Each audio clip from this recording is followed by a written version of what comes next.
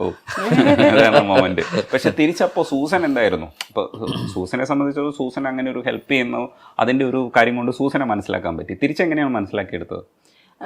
എനിക്ക് ആ ഒരു ടൈമിൽ ഒരു ചെറിയൊരു പ്രശ്നം ഉണ്ടായിരുന്നു. ഞാൻ പറഞ്ഞില്ലേ, ഒത്തിരി ആളുകൾ എന്നെ ഹെൽപ്പ് ചെയ്യുന്നുണ്ടായിരുന്നു, പൈസ തന്ന്. ഈ ഹെൽപ്പ് ചെയ്യുന്ന ആളുകളെല്ലാം ചിന്തിക്കുന്നത് ഇത്രയും ഹെൽപ്പ് ചെയ്തിട്ട് ഈ കൊച്ചെന്താ ഒന്ന് ഗതി പിടിക്കാത്തതിന്റെ റീസൺസ്, വീട്ടിലോട്ട് പൈസ നല്ലപോലെ. എൻ്റെ ഡാഡി ഡയാലിസിസ് പേഷ്യൻ്റ് ആയിരുന്നു, മരിച്ചുപോയി. ഡയാലിസിസ് പേഷ്യൻ്റ് ആയിരുന്നു. ഒരു ഡയാലിസിസ് പേഷ്യൻറ്റിന് 50,000 രൂപ സോളിഡ് ആയിട്ട് അവരുടെ ആവശ്യത്തിന് വേണ്ടി മാത്രം വേണം. ക്യാൻസർ പേഷ്യൻസിനെ പോലെ തന്നെ ഡയാലിസിസ്, ഇതിനെ പറ്റി ആർക്കും അറിയത്തില്ല. ഡയാലിസിസ് എന്ന് എല്ലാവരും കേൾക്കുമ്പോൾ എല്ലാവരും വിചാരിക്കുന്നത് 10,000 രൂപ എല്ലാം മതിയെന്ന്. അതുകൊണ്ട് തന്നെ നമ്മുടെ വീട്ടുകാരും നാട്ടുകാരും ബന്ധുക്കളും എല്ലാം ഞങ്ങളുടെ അടുത്തുനിന്ന് മാറിയാ നിൽക്കുന്നത്, പൈസ ചോദിക്കുമെന്ന് പേടിച്ചിട്ട്. ഫോൺ വിളിച്ചാൽ പെട്ടെന്ന് ബുദ്ധിമുട്ട് പറഞ്ഞാൽ ഉടനെ അവർ കട്ട് ചെയ്യും. എനിക്ക് അന്ന് 25,000 കിട്ടുന്നത്. ഈ 25,000 കൊണ്ട് എന്തായാലും എൻ്റെ അവിടുത്തെ റെന്റ്, ഇൻസ്റ്റിറ്റ്യൂഷൻ്റെ റെന്റ്, പിന്നെ അച്ഛയുടെ ഞങ്ങളുടെ രണ്ടുപേരുടെയും കൂടെ ചെലവ്, വണ്ടിക്കൂലി ഒന്നും തികയത്തില്ല. അത് കഴിഞ്ഞിട്ട് വീട്ടിലോട്ട് എങ്ങനെ ഞാൻ അയക്കും? അപ്പൊ ഈ ഒരുപാട് മനുഷ്യർ ഈ പൈസ തരും. ഞാൻ അത്യാവശ്യം നല്ലപോലെ ആളുകളോട് എൻ്റെ ബുദ്ധിമുട്ട് പറഞ്ഞിട്ടുമുണ്ട്. കാരണം അതായിരുന്നു അവസ്ഥ ആ സമയത്ത്. ഇത്രയും മനുഷ്യർ സഹായിക്കുന്നത് കൊണ്ട് സ്വാഭാവികമായിട്ടും മാനുഷികമായിട്ടും നമ്മൾ ഈ ആളുകളെ ഡിപ്പെൻഡ് ചെയ്യുന്നൊരു സ്വഭാവം ഉണ്ടല്ലോ. അപ്പൊ ആളുകൾ വന്നിട്ട് പറയും, ഇത്രയും കടന്ന് നീ കഷ്ടപ്പെടുന്നു, അവൻ എന്തുവാ ചെയ്യുന്നത്? അവനവിടെ വെറുതെ ഇൻസ്റ്റിറ്റ്യൂഷനിൽ ഇരിക്കുവല്ലേ? വെറുതെ ഇരിക്കുവല്ല, അവിടെയും പണിയുണ്ട്. ഇൻസ്റ്റിറ്റ്യൂഷനിൽ ഈ വരുന്ന പിള്ളേരെ നോക്കുക, അവർക്ക് ആപ്ലിക്കേഷൻ ഫോം വാങ്ങിക്കുന്ന, അവരുടെ അഡ്മിഷൻ. ഇൻഫാക്ട് അച്ഛൻ ഗ്രാമർ വരെ പഠിപ്പിക്കുമായിരുന്നു പിള്ളേരെ ഇടയ്ക്ക് വെച്ച്. അപ്പൊ അത്രയും കാര്യങ്ങൾ ചെയ്യുന്നുണ്ട്. അത് നമുക്കറിയാം, ഞാനാണത് കാണുന്നത്. എന്നിരുന്നാലും ഈ പുറത്തോട്ട് പോകുമ്പോൾ ഈ ആളുകൾ ഈ ബ്രെയിൻ വാഷ് ചെയ്യാൻ വേണ്ടി വിളിച്ചുകൊണ്ട് പോകും. വിളിച്ചിട്ട് പറയും, ഇതൊന്നും സ്നേഹമല്ല, ഇതൊക്കെ വെറും ഉപയോഗിക്കുകയാണ്, ഇത് മുതലെടുക്കുകയാണ്.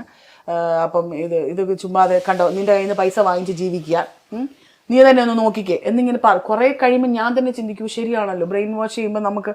അപ്പൊ അവരാ ബ്രെയിൻ വാഷ് ചെയ്തത് ഞാൻ എന്തോ ചെയ്യും, ആ പറഞ്ഞ കുത്തുവാക്കുകൾ മുഴുവൻ കേട്ടിട്ട് ഞാൻ തിരിച്ച് ഇൻസ്റ്റിറ്റ്യൂഷനിൽ വന്നിട്ട് അച്ഛയുമായിട്ട് മുട്ടൻ അടിയാ, അങ്ങോട്ട് ഗുസ്തി. പക്ഷെ അച്ഛ ആ സമയത്തൊക്കെ ഞാൻ ഒത്തിരി തവണ കണ്ണ് നിറഞ്ഞ് കണ്ടിട്ടുണ്ട്.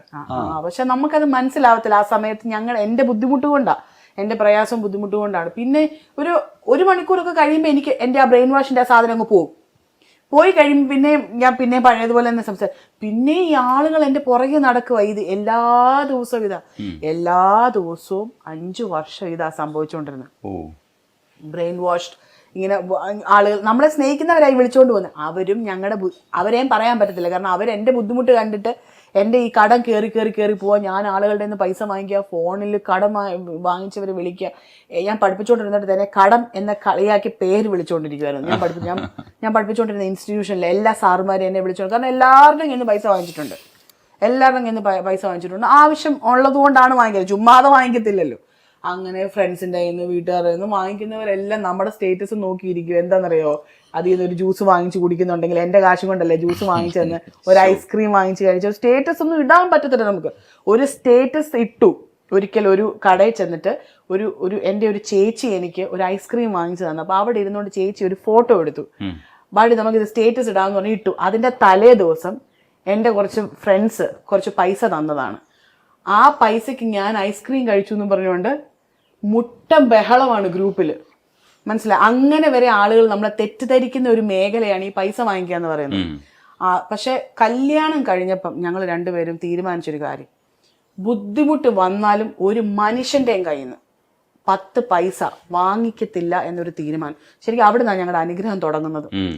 ഈ വാങ്ങിക്കത്തില്ല എന്നുള്ള തീരുമാനം സ്റ്റാർട്ട് ചെയ്ത പിന്നാണ് അത് ഇച്ചിരി ബുദ്ധിമുട്ടേണ്ടി വന്നു. പക്ഷെ അത് കഴിഞ്ഞപ്പം ശരിക്കും ഭയങ്കര മാറ്റം വരാൻ തുടങ്ങി. തന്നതാണ്. ആ പൈസക്ക് ഞാൻ ഐസ്ക്രീം കഴിച്ചു എന്നും പറഞ്ഞുകൊണ്ട് മുട്ടം ബഹളമാണ് ഗ്രൂപ്പിൽ. മനസ്സിലായി? അങ്ങനെ വരെ ആളുകൾ നമ്മളെ തെറ്റിദ്ധരിക്കുന്ന ഒരു മേഖലയാണ് ഈ പൈസ വാങ്ങിക്കുക എന്ന് പറയുന്നത്. പക്ഷെ കല്യാണം കഴിഞ്ഞപ്പം ഞങ്ങൾ രണ്ടുപേരും തീരുമാനിച്ചൊരു കാര്യം, ബുദ്ധിമുട്ട് വന്നാലും ഒരു മനുഷ്യൻ്റെയും കയ്യിൽ നിന്ന് 10 പൈസ വാങ്ങിക്കത്തില്ല എന്നൊരു തീരുമാനം. ശരിക്കും അവിടെ നിന്നാണ് ഞങ്ങളുടെ അനുഗ്രഹം തുടങ്ങുന്നത്. ഈ വാങ്ങിക്കത്തില്ല എന്നുള്ള തീരുമാനം സ്റ്റാർട്ട് ചെയ്ത പിന്നാണ് അത് ഇച്ചിരി ബുദ്ധിമുട്ടേണ്ടി വന്നു. പക്ഷെ അത് കഴിഞ്ഞപ്പം ശരിക്കും ഭയങ്കര മാറ്റം വരാൻ തുടങ്ങി. അപ്പൊ ആ സമയത്ത് ഈ ബ്രെയിൻ വാഷ് ഉള്ളത് കൊണ്ട് എനിക്ക് ഒരിക്കലും അച്ഛൻ എന്നെ സ്നേഹിച്ചതുപോലെ തന്നെ പൂർണ്ണമായിട്ട് ഞാൻ പുള്ളിയെ സ്നേഹിച്ചു എന്ന് എനിക്ക് പറയാൻ പറ്റത്തില്ല. എനിക്ക് ഭയങ്കര ഡൗട്ട്ഫുൾ ആയിരുന്നു. പിന്നെ കല്യാണം നടക്കുന്നില്ലല്ലോ. അപ്പൊ അതാണ് എല്ലാരും ചോദിക്കുന്നത്, നിന്നെ കിട്ടുന്നില്ലല്ലോ, അപ്പൊ പിന്നെ പറ്റിയില്ലല്ലേ ഇത് അതല്ലേ ചോദിക്കുക. അപ്പൊ നമ്മൾ ശരിയാണല്ലോ, ഇത്രയും വർഷമായി ഇപ്പൊ കല്യാണം നടക്കുന്നില്ല, 26 കഴിഞ്ഞു, 27 കഴിഞ്ഞു, ഇങ്ങനെ സമയം പോയിക്കൊണ്ടിരിക്കുകയാണ്. എന്റെ കല്യാണം ആരെങ്കിലും നടത്തി തരാമെന്ന് ചോദിക്കുമ്പോൾ ആർക്കും നടത്തി തരാൻ കഴിയത്തില്ല. കാരണം അവർക്കറിയാൻ നടത്തിയ ചെലവാ. ഈ കല്യാണം മുഴുവൻ അവർ നടത്തണ്ടേ. വീട്ടുകാരെടുക്കുന്നില്ല, നാട്ടുകാരെടുക്കുന്നില്ല, ഈ ബ്രെയിൻ വാഷ് ചെയ്യാൻ കൊണ്ടുവന്നവരെടുക്കുന്നില്ല. സകലമാന മനുഷ്യരും മുന്നോട്ട് അഭിപ്രായങ്ങളും ഈ അഡ്വൈസും മാത്രം. കല്യാണം നടത്തി തരാൻ ആർക്കും മുന്നോട്ട് വരാൻ പറ്റത്തില്ല. ഏതാണ്ട് 33 പേരോടെങ്കിലും ഏറ്റവും കുറഞ്ഞത് ഞാൻ എൻ്റെ കല്യാണം നടത്തി തരാമെന്ന് ഞാൻ ചോദിച്ചിട്ടുണ്ട്. കല്യാണം നടത്തി തരാമോ എന്ന് ചോദിക്കുമ്പോൾ അവർ ചോദിക്കുന്ന ഒരു ക്വസ്റ്റ്യൻ ആണ്, അതിനെ മുട്ടിയിരിക്കുവാണോ എന്ന് കേട്ടാൽ. അതേ സമയത്ത് പ്രായപൂർത്തിയല്ലാത്തൊരു കല്യാണം വേണ്ടാന്ന് പറഞ്ഞൊരു കൊച്ചിനെ നിർബന്ധിച്ച് കെട്ടിക്കുകയും ചെയ്യും. കല്യാണം വേണമെന്ന് പറഞ്ഞൊരു ചെന്നൊരു കല്യാണം വേണമെന്ന് പറയുന്നത് ആരാന്നറിയാമോ? കല്യാണം വേണമെന്ന് പറയുന്നത് ഫാമിലി ആഗ്രഹിക്കുന്നവരാ. സ്വന്തമായിട്ടൊരു ഫാമിലി വേണം, ഒരു ഫാമിലി വന്നു കഴിഞ്ഞാൽ എനിക്ക് എൻ്റെതായിട്ടുള്ള സന്തോഷം കിട്ടുമെന്ന് വിശ്വസിക്കുന്ന ഒരു വ്യക്തി മാത്രമേ പറയൂ. ഞങ്ങളുടെ നാട്ടിൽ അങ്ങനെ പെമ്പിള്ളാരുണ്ട്, 30, 33, 35, 38 വയസ്സുള്ളവർ ഓരോരുത്തടുത്ത് ചോദിക്കും, അച്ഛാ എൻ്റെ ഒരു കല്യാണം നടത്തി തരാമോ, എനിക്ക് ആരും കല്യാണം നടത്തി തരാൻ അങ്ങനെ പറയണമെന്നുണ്ടെങ്കിൽ എന്തൊരു അവസ്ഥയായിട്ടാ. അപ്പൊ നമ്മൾ പുറകെ നടക്കും. 19 വയസ്സ് കഴിഞ്ഞ ഒരു കൊച്ചിന്റെ പുറകെ നടക്കും. എങ്ങനെയാലും കെട്ടിക്കുന്നുണ്ട്. അത് കെട്ടണ്ട. അതിന് ഫാമിലി രണ്ടും സമ്മതിച്ചില്ലല്ലോ. അത് നിങ്ങളുടെ മതവിശ്വാസത്തിന്റെ ബുദ്ധിമുട്ടാണ്. ഫാമിലിക്ക് പെർഫെക്റ്റ്ലി ഫൈൻ.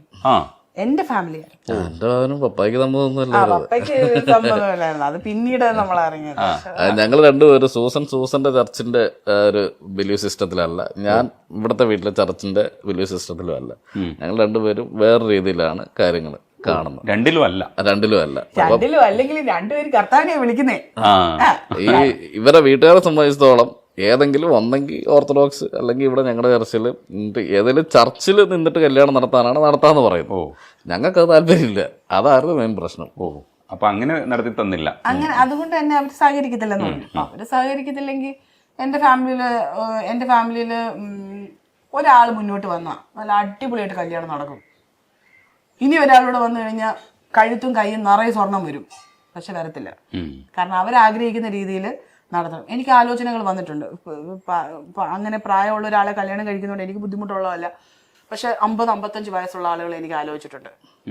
എന്ന് വെച്ച് കഴിഞ്ഞാൽ വണ്ണമുള്ള എനിക്ക് സൗന്ദര്യമുള്ള ആളുകളെ കിട്ടില്ല എന്നൊരു ധാരണയുണ്ട്. അതുകൊണ്ട് തന്നെ എനിക്ക് ഒടുവിലായി കഴിഞ്ഞപ്പോൾ ഒരു ധാരണ ഉണ്ടായിരുന്നു, ഇനി കാണാൻ കൊള്ളത്തില്ലാത്തതുകൊണ്ട് ഞാനൊരു പക്ഷെ ഇങ്ങനെ അങ്ങ് ഒതുങ്ങി പോവുമായിരിക്കും എന്ന് ചിന്തിച്ചവരുണ്ട്. 50-55 വയസ്സുള്ള വന്ന് പറയുന്നതൊക്കെ കേൾക്കണം. ഷുഗറും പ്രഷറും കൊളസ്ട്രോളും ഉണ്ട്, ടാബ്ലറ്റ് രാവിലെ എടുത്തു കൊടുക്കണം, കോളേജ് പ്രൊഫസറാണ്, കോട്ടയത്ത് ഏതോ ഒരു കോളേജ് പഠിപ്പിക്കുന്ന പ്രൊഫസറാണ്, കല്യാണം കഴിച്ചിട്ടില്ല, നല്ല കാശാണ്. അതുകൊണ്ട് ഞാൻ എന്ത് വേണം? കാശുണ്ടെന്ന് പറഞ്ഞിട്ടുണ്ട്. അത് ചെയ്യുന്നതിന് കുഴപ്പമില്ല. 55 വയസ്സുള്ള ഒരാളെ കല്യാണം കഴിക്കുന്നതിനും കുഴപ്പമില്ല. പക്ഷെ അത് പറയുന്ന രീതിയാണ്. മനസ്സിലായോ? അതായത് ഇതൊക്കെയാണ് നിനക്കുള്ളത്, സോ നീ ഇത് വെച്ച് ചെയ്യാന്നുള്ള. US പോയി കഴിഞ്ഞാൽ അതിപ്പോൾ നല്ല പ്രായമുള്ള ആൾ, നല്ല ആരോഗ്യമുള്ള ആണുങ്ങളെ കല്യാണം കഴിക്കുന്നുണ്ട്. പക്ഷെ അതെങ്ങനെ പറയുന്നു എന്നുള്ള, അതായത് ഭരിക്കാനിരിക്കുന്ന ഒരാളാണ്, പക്ഷെ കാശുണ്ട്, പുള്ളിക്ക് എന്തെങ്കിലും പറ്റിയാലും നിന്റെ കാര്യത്തിൽ സെറ്റാണ്. മനസ്സിലായോ? അതൊക്കെയാണ് ആളുകളുടെ ഒരു റിലേറ്റീവ്സ് തന്നെയാണ് ഈ ചെയ്യുന്നത്, സ്വന്തക്കാർ തന്നെയാണ് ചെയ്യുന്നത്. അവർക്ക് അതൊക്കെയാ സന്തോഷം. ഈ കോവിഡ് സമയത്ത് നിങ്ങളുടെ കല്യാണം കഴിക്കുന്നത് ഹിറ്റായിട്ടുള്ളൊരു സംഗതിയായിരുന്നു. കാരണം അത്രയും ചെലവ് കുറച്ച് കഴിക്കാന്ന് പറയുന്നത്. അത് പക്ഷെ ആ കോവിഡിന്റെ സിറ്റുവേഷനെ അനുസരിച്ച് അത് പ്ലാൻ ചെയ്തതാണോ? ചില സമയത്ത് ഞങ്ങൾ വിചാരിക്കും കോവിഡ് വന്നതുപോലെ ഞങ്ങളുടെ കല്യാണം നടത്തി. ഞങ്ങൾ ഒത്തിരി പേരോട് കല്യാണം നടത്തി തരാമോ എന്ന് ചോദിച്ചു. ഒരു കോവിഡ് വരേണ്ടി വന്നു, അത് അങ്ങനെ നടക്കാൻ. അതാകുമ്പോ ആർക്കും ഒന്നും പറയാൻ പറ്റത്തില്ലല്ലോ.